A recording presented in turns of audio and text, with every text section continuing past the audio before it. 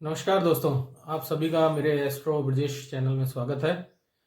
आज मैं आपके लिए एक नई जानकारी लेके आया हूँ कि हमारी जो महादशा चल रही होती है उसके बारे में तो आपको पता रहता है कि ये शनि की महादशा है, गुरु की महादशा है कि गुरु अच्छा है तो अच्छा फल देगा, शनि खराब है तो खराब फल देगा या अच्छा फल देगा। पर उतना ही योगदान अंतर्दशा का होता है कि महादशा में जिस ग्रह की अंतर्दशा चल रही होती है वो हमारे लिए कैसा फल देगा। क्योंकि दशा के अंदर जो महादशा में जो अंतर्दशा चलती है वो काफ़ी लंबे समय के लिए चलती है, तो उसका ये जानना जरूरी है कि वो हमारे लिए अच्छा फल देगा, बुरा फल देगा। तो आज उसी के बारे में हम जानकारी लेंगे कि अंतर्दशा कैसी जाने वाली है। तो दोस्तों, मेरा चैनल आप लोग सब्सक्राइब करिए, लाइक करिए, शेयर जरूर करिए जिससे कि ज़्यादा से ज़्यादा लोगों को ये जानकारी प्राप्त हो सके। तो आइए देखते हैं महादशा में अंतर्दशा का फल। तो आज का हमारा विषय है महादशा में हमारी जो अंतर्दशा कैसे जाने वाली है। महादशा में अंतर्दशा कैसे जाएगी उसका एक छोटा सा एक सूत्र बताता हूं मैं आपको कि जो भी महादशा चल रही है, जिस भी ग्रह की महादशा चल रही है, उसका आप नक्षत्र देखें कि वो किस नक्षत्र में बैठा है। कोई भी आप सॉफ्टवेयर डाउनलोड करेंगे और उस सॉफ्टवेयर के अंदर आप जाके देखेंगे कि कौन सा ग्रह आपका जन्म के समय जो है वो कौन से नक्षत्र में था। तो जब हम वो देखते हैं तो हमारे को ये भी पता लगता है कि जैसे हमारे जो भी महादशा चल रही है उसका जो ग्रह है वो किस नक्षत्र में बैठा है। फिर उसके बाद हमारे को ये देखना है कि हमारे जो महादशा चल रही है उसमें अंतर्दशा किस ग्रह की चल रही है। तो अंतर्दशा वाले ग्रह के भी हमारे को नक्षत्र देखना है कि अंतर्दशा वाला जो ग्रह है उसका नक्षत्र कौन सा है। अब सपोज करिए आपने ये वाला नक्षत्र भी देख लिया, ग्रह महादशा का, अंतर्दशा का भी नक्षत्र देख लिया।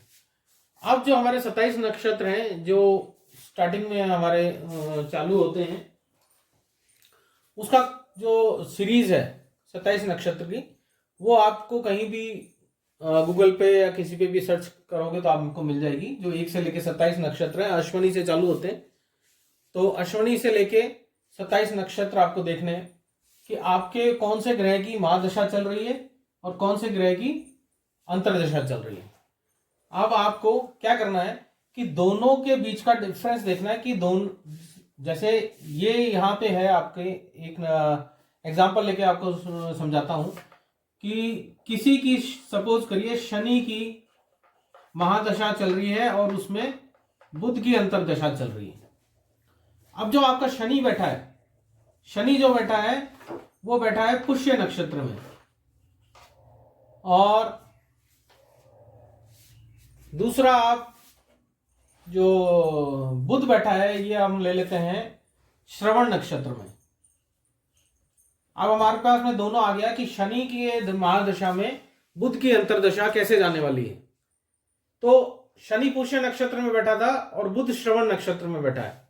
तो अगर हम पुष्य से लेके श्रवण को कैलकुलेट करेंगे तो ये इनका डिफरेंस आएगा 15।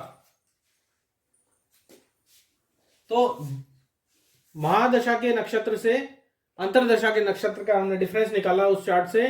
तो पुष्य से लेके श्रवण, ये एग्जांपल मैंने आपको दिया है कि पुष्य से लेके अगर श्रवण को कैलकुलेट करते हैं तो ये हमारा आता है 15 नंबर। 15 नंबर का डिफरेंस हमारा आ गया। अब क्या करना है, 15 जो नंबर आया उसको हम क्या करेंगे, 9 से भाग दे देंगे।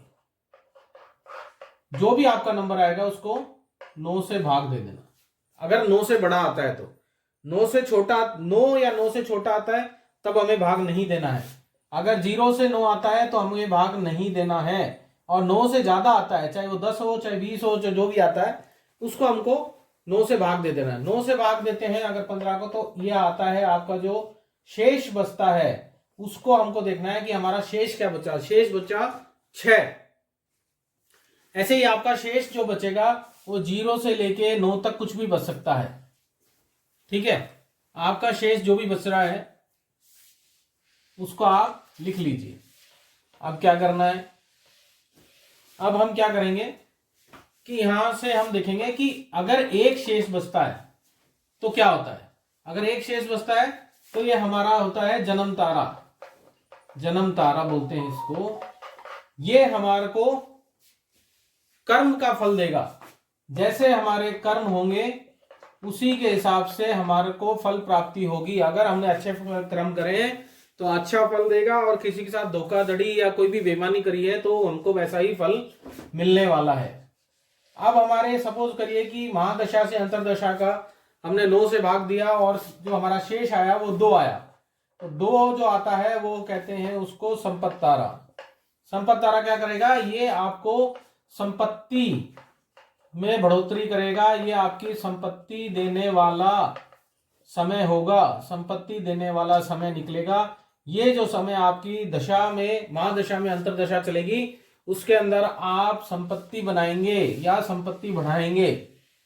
अब वहीं हम अगर हमारा जो शेष है 9 से भाग देने के बाद अगर 3 आता है, 3 आता है तो ये आता है विपत्ति तारा, ये आता है विपत्ति तारा। ऐसे में क्या होगा कि इस महादशा में ये जो अंतरदशा है वो हमारे लिए विपत्ति लेके आएगी, मुसीबतें लेके आएगी, विपत्ति और मुसीबतें आएंगी।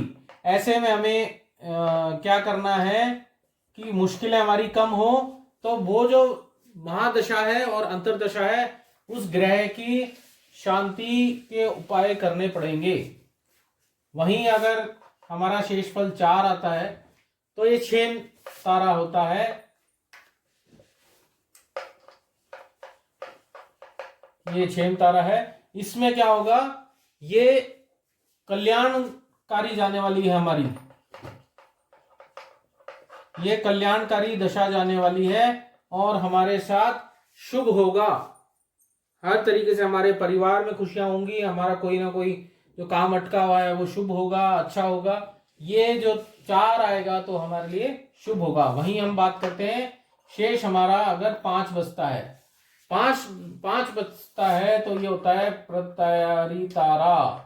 इसका क्या फल होगा, इसका फल होगा कि हमारे जो महादशा में अंतरदशा जिस ग्रह की आ रही है और अगर शेष 5 बचता है तो ऐसी अंतरदशा में लड़ाई झगड़े, परिवार में, समाज में लड़ाई झगड़े का बढ़ जाना,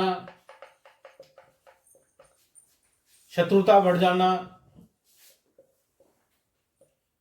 बेवजह में शत्रुता बढ़ जाना, अनबन होना परिवार में, ये सब चीजें देखने को मिलती है। तो ऐसे में आपको उस ग्रह का उपाय कर लेना उचित होगा।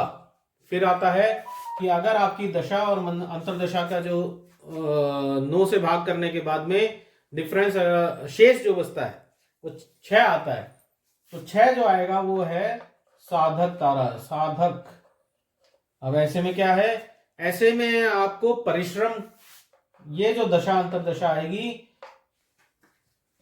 वो आपको परिश्रम कराएगी, परिश्रम कराएगी और परिश्रम करा के उसका फल अच्छा मिलेगा, कार्य पूरे होंगे। परिश्रम जरूर कराएगी पर आपको कार्य पूर्ति भी देगी, आपके जो कार्य अटके हैं वो आपको जरूर मिलेंगे पर आपको मेहनत करनी पड़ेगी। वहीं अगर शेष आपका 7 आता है तो यह है मद तारा।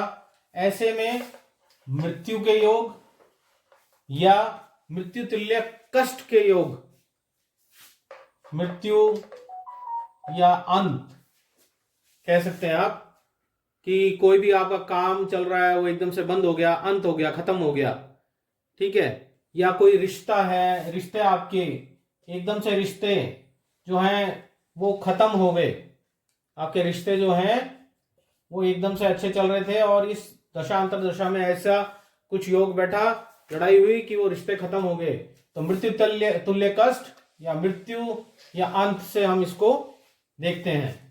वहीं जब हमारा शेष 8 बचता है तो इसको बोलते हैं हम मित्रता। ये मित्र में आएगा, ये हमारे को प्रसन्नता देगा, ये हमारे को प्रसन्नता दे, ये हमारे को प्रसन्नता देगा। यानी खुशी मिलेगी, अच्छे समाचार मिलेंगे, काम पूरे होंगे, घर परिवार में सुख शांति बनी रहेगी और अच्छा रहेगा। अगर आपका शेष 9 आता है तो ये अति मित्र है। इसका मतलब यह है कि आपकी दशा में अंतर दशा जो जाने वाली है वो अति मित्र का मतलब हो गया अति प्रसन्न रहेंगे आप। आपके घर में खुशियां ही खुशियां। अगर कोई बच्चे का विवाह संबंध नहीं हो रहा या लड़की का नहीं हो रहा, वो बैठ जाना कहीं से आपको अच्छा, मतलब हर तरीके से आपको खुशियों की खबर, खुशी आपकी जॉब लगना, बिजनेस में फायदा होना, हर तरह से आपको फायदा करेगा। आप अति प्रसन्न रहने वाले हैं।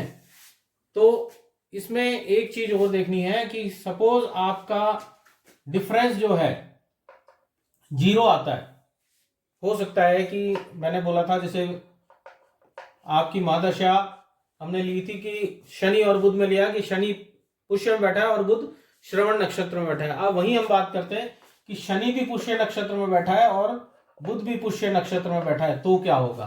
तो वैल्यू आ गई आपकी 0। अब क्या करें?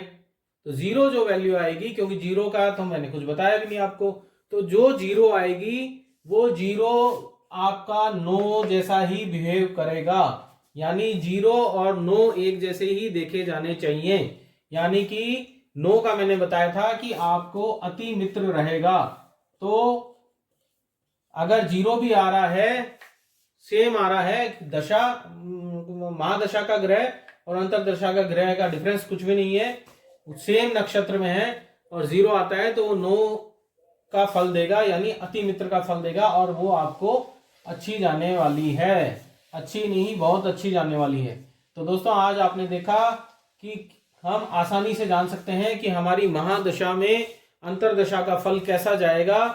और किसी को भी अगर कोई डाउट है तो आपको अगर इनका देखना है, आपको नक्षत्रों का देखना है, तो मैंने पहले भी एक वीडियो डाला था, आप उसके अंदर देख सकते हैं। मेरे जो मैंने 27 नक्षत्रों पे एक वीडियो बनाया था, आप उससे टैली कर सकते हैं। ठीक है। और आपका जो दशा महादशा में अंतरदशा है वो कैसी जाएगी आज मैंने आपको बताया। आपको यह वीडियो कैसा लगा शेयर जरूर करें, लाइक करें और कमेंट करके जरूर बताएं। और ऐसी ही रोचक जानकारियों के साथ फिर मिलेंगे। नमस्कार।